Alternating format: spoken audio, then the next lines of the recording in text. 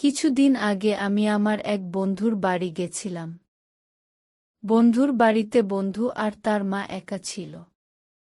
বন্ধু আমাকে তার মায়ের সাথে এক রেখে তার প্রেমিকার সাথে দেখা করতে গেছিল। তখন ঘরে আমি আর আমার বন্ধুর মা অ্যান্টি একা ছিলাম। হঠাৎ করে অ্যান্টি তার ঘরে আমাকে ডাকল।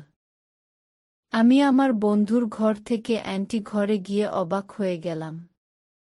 কারণ সেই সময় তার আচরণটা একটু অন্য রকম ছিল। তিনি আমাকে তার কাছে যেতে বললেন। আমি কাছে যেতেই আমাকে বলল। আমি তার কাছে যেতেই সে আমাকে বলল, এখন তো তোর বন্ধু নেই, তোর বন্ধু এখন তার প্রেমিকার সাথে দেখা করতে, আমার দুজন আছি, কি করে সময় কাটানো যায়? তার কথা শুনিয়ে আমি অনেক অবাক হলাম। তার কথা শুনে আমার মনে নানা প্রশ্ন ঘুরতে শুরু করল। অ্যান্টি নিজেই আমাকে প্রস্তাব দিচ্ছিল আমি নিজে থেকে, তাই আমি নিজে থেকে কিভাবে না বলতে পারি। তাই আমি অ্যান্টি আর পাশে গিয়ে বসলাম আর বললাম, বন্ধুরা, আজকের আবার একটা নতুন গল্প নিয়ে চলে এসেছি। গল্পটা অনেক স্পেশাল, তার কেউ মিস করো না।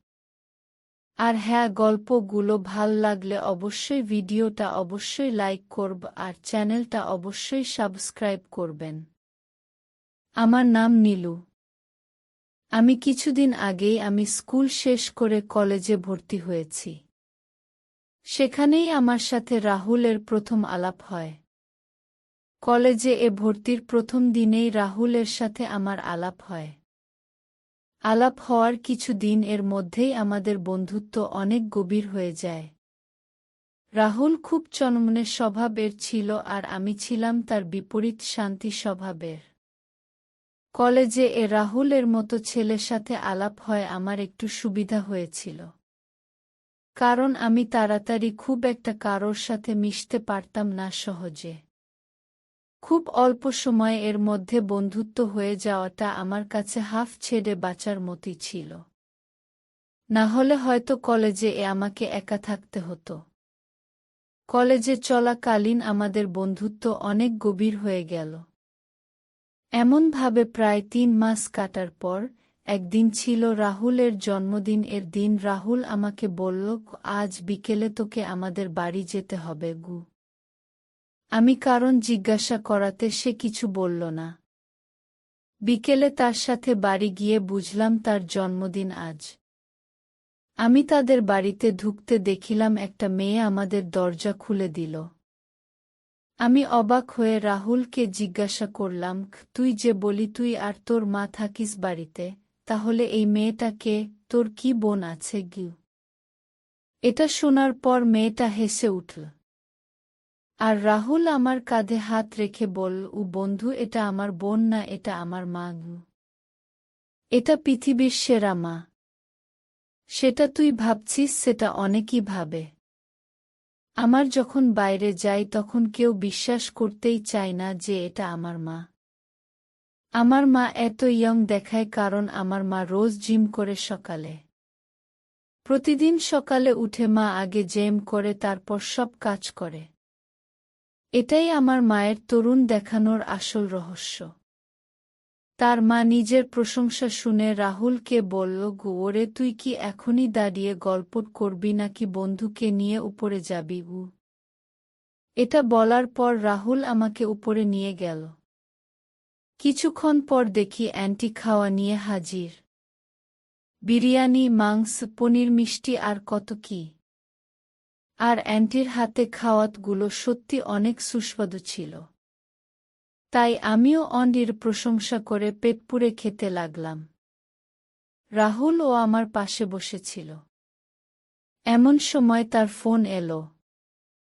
বুঝলাম তার পাড়ার বন্ধুরা ফোন করেছে।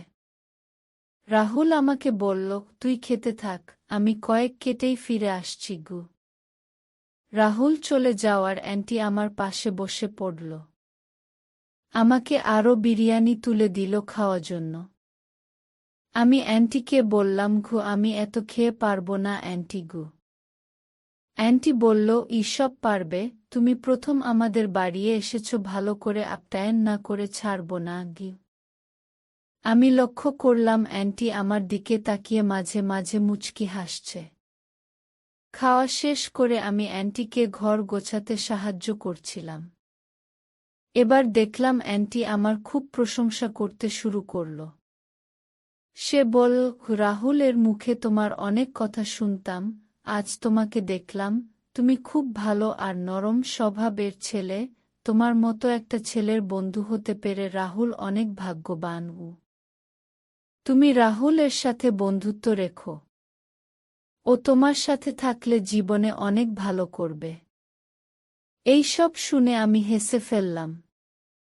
তারপর অ্যান্টি আমার ফ্যামিলি কথা জিজ্ঞাসা করল, আমি কোথায় থাকি, কে কে আছে বাড়িতে, এইসব। ঠিক এমন সময় রাহুল চলে এলো। এসে সে বলল, বুঝলি নীলু, মা তোকে খুব পছন্দ করে, মা আমার কোনো বন্ধুদের সাথে এত কথা তো দূরের কথা, বাড়িতেও আসতে দেয় না। রাহুল এই সব বলার মধ্যেই আমি সময়টা দেখলাম। আর রাহুলকে বললাম, কি ভাই, এবার চল আমাকে আমার মেষ ছেড়ে দে গি। এই বলে অ্যান্টি আমাকে বিদায় আলিঙ্গন করে আবার আসতে বলে। কিছু আমার কোনো জানি না মনে হচ্ছিল, সে আলিঙ্গন কেমন একটা আলাদা আভাস ছিল। পরের দিন কলেজে এসে রাহুল বলল, নীলু, খিমা তোর প্রশংসায় পঞ্চমুখ, আমাকে সারাক্ষণ তোর দেখে শিখতে বলে গু। আমি বললাম, তুইও আমার সাথে থাকতে থাকতে আমার মতো হয়ে যাবি গু। দিন দিন আমাদের বন্ধুত্ব অনেক দারুণ হচ্ছিল। একদিন কিছু বলল, কি ভাই নীলু, আমাকে একটা হেল্প করবি, মাকে নিয়ে একটু মার্কেটে যাবি, মায়ের কিছু কেনার আছে, সে যেতে পারবে না কারণ কলেজ তার একজন বান্ধবী হয়েছে নতুন, সে তাকে নিয়ে ডেটে যাবে। আমি বন্ধুত্বই সাথে এই কথাটা ফেলতে পারলাম না। সে আমাকে বলল বিকেল 6টার সময় তাদের বাড়ি চলে যেতে। আমি কলেজে শেষ করে তার বাড়ির উদ্দেশ্যে গেলাম। রাহুল আমাকে তার বাড়ির চাবি দিয়েছিল আর বলেছিল, কেউ না থাকলে বাড়িতে গিয়ে বসতে। আমি তাদের বাড়িতে গিয়ে ডোরবেল বাজালাম, দেখলাম কেউ দরজা খুলল না। আমি চাবি দিয়ে দরজা খুলে বাড়ির ভিতরে গেলাম। ভেতরে লিগে দেখলাম সব স্তব্ধ, কিছু কথা থেকে জলের শব্দ আসছে। আমি খুঁজতে খুঁজতে একটা বাথরুম থেকে জলের শব্দ পেলাম। আমি মনে ভাবলাম, কেউ যখন নেই তাহলে হয়তো জলের কোল খোলা আছে। আমি দরজা হাত দিয়ে ঠেকাতেই শরীরে শিহরণ খেলে গেল। দেখলাম অ্যান্টি ভিতরে পুরো জলে ভেজা আর চুল থেকে জল পড়ছে। আমি হতবাক হয়ে তার অপরূপ সৌন্দর্য দেখতে থাকলাম। নিমেষেই অ্যান্টি দরজাটা বন্ধ করে দিল। আমি বুঝলাম অ্যান্টি আমাকে দেখতে দরজা বন্ধ করে দিয়েছে। এরপর আমি লজ্জায় ঘরে গিয়ে বসলাম। কিছুক্ষণ অ্যান্টি এসে বলল, নীলু, তুমি এই সময় এখানে? আমি পুরো ব্যাপারটা তাকে বুঝিয়ে বলে ক্ষমা চাইলাম। এসব শুনে অ্যান্টি বলল, আমি একটুও কিছু মনে করিনি, তুমি বসো, আমি রেডি হয়ে আসছি গু। এই বলে বেরিয়ে গেল। আমি নিজের প্রতি খুব ঘেন্না লাগছিল। তিনি তার ঘরে গিয়ে রেডি হলে এলেন। খুব সুন্দর লাগছিল তাকে। আমি চোখ ফেরাতে পারছিলাম না। কিন্তু তাকে দেখতে আমার একটু ইতস্তত লাগছিল। অ্যান্টি আমার গাল টিপে বলল, কি ভাবছ? আমি কিছু মনে করিনি গি। চলো তাড়াতাড়ি করি, আমাকে ফিরে রান্না করতে হবে আবার। আমি নিজেকে সামলে নিয়ে তার সাথে বেরিয়ে পড়লাম। তাকে আমি বাইক নিয়ে পুরো বাজার ঘুরলাম। বাজার থেকে ফেরার সময় সে আমার 2 কাঁধে হাত রেখে বসল। বলল, এবার থেকে আমি তোমাকে নিয়ে বাজার যাব। তুমি আমার কথা মতো দোকানে নিয়ে যাও, তোমার বন্ধু তো একটা দোকানে বসে থাকে আর আমাকে পায়ে হেঁটে বাজার করতে হয়।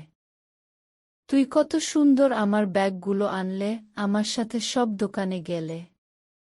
তার এই কথাগুলো আমার মনে দাগ ফেলতে শুরু করল। বাজার থেকে বাড়ি ফিরে অ্যান্টি রুম চলে গেল। আমি বসে আছি এমন সময় নতুন ক্যান শাড়িটা পরে এসে আমাকে বলল, কেমন লাগছে? আমি বললাম, ভালো লাগছে, কিন্তু একটু দিলে সামনেটা। সে বলল পিছন থেকে একটু টাইট করে বেঁধে দিতে। আমি পিছন থেকে ব্রেকে দিলাম। সামনে এসে দেখি সে চোখ বন্ধ করে দাঁড়িয়ে আছে। আমি সামনে যেটাই সে আবার বলল, কেমন লাগছে? আমি তার উত্তরে বললাম, আপনি এমনি দেখতে অনেক সুন্দর, এখনো অনেক সুন্দর লাগছে, সিনেমার নায়িকাদের মতন গু। সে লজ্জায় লাল হয়ে চলে গেল। ঠিক এমন সময় রাহুল এর ফোন এলো। সে জানাল সে ফিরবে না আজ, কিন্তু মাকে এক বাড়িতে রাখবে না, তাই সে আমাকে থাকতে বলল। এদিকে অ্যান্টি ঘর থেকে বেরিয়ে এসে বলল, রাহুলের কি খবর গু? আমি মিথ্যে বললাম খুঁজে রাহুলের স্যার কাজ দিয়েছে গু, সে আজ রাতে আসতে পারবে না। আসলে সত্যি যদি বলতাম যে রাহুল কোনো মেয়ের সাথে রাতে থাকবে, তাহলে অন্ডি ওকে এখন ফোন করে ডিস্টার্ব করত। আর বন্ধুত্বের খাতিরে তো একটি মিথ্যা চলেই। অ্যান্টি আমাকে বলল, তুমি আমার সাথে থাকো, আমি একা থাকতে পারি না। তখনও আমি জানতাম না আজ রাতে আমার সাথে কি হতে চলেছে। রাতে খোয়ার শেষ করে অ্যান্টি আমাকে তার ঘরে ডাকল। আমার দুজনে কথা বলতে থাকলাম। আমি বললাম, গ্রামে আমি মা বাবা থাকতাম, বাবা চাষ করেন, তিনি চাষবাস করেই আমাকে লেখাপড়া শিখিয়েছেন, তাই আমি শহরে এসেছি একটা পড়াশোনা শিখে ভালো করে চাকরি পেতে গু। এটা শোনার পর অ্যান্টি আমার মুখ চেপে ধরল আর বলল, তুমি কখনো ভাববে না তুমি একটা, আমি তোমার সাথে আছি গু। আমার মনে মনে কেমন একটা সন্দেহ হয়েছিল। আমি কথা কাটাতে বললাম, আমাকে একটা শোয়ার জন্য পোশাক দিতে। অ্যান্টি আমাকে বলল, রাহুলের ঘরে আছে। আমি রাহুলের ঘরে চলে গেলাম। পোশাক চেঞ্জ করছি, হঠাৎ করে দরজায় খুলে অ্যান্টি ঢুকে পড়ে আমাকে স্পর্শ করল। আমি ভয় পেয়ে গেলাম, তাকে ধাক্কা দিয়ে দূরে সরিয়ে দিলাম। অ্যান্টি বুঝতে পারে যে ব্যাপারটা একটু বেশি বরাবর হয়েছে। সে চলে গেল। আমি ঘুম থেকে উঠে পরের দিন রাহুলের সাথে কলেজে চলে গেলাম। কিছুদিন কেটে গেল। একদিন আমার মেস বাড়িতে শর্ট সার্কিট এর জন্য বিদ্যুৎ চলে গেল। জানতে পারলাম এখন বিদ্যুৎ 2 দিন পরে আসবে।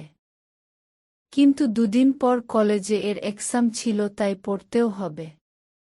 রাহুলকে জানাতে সে চলে এলো আমাকে নিতে।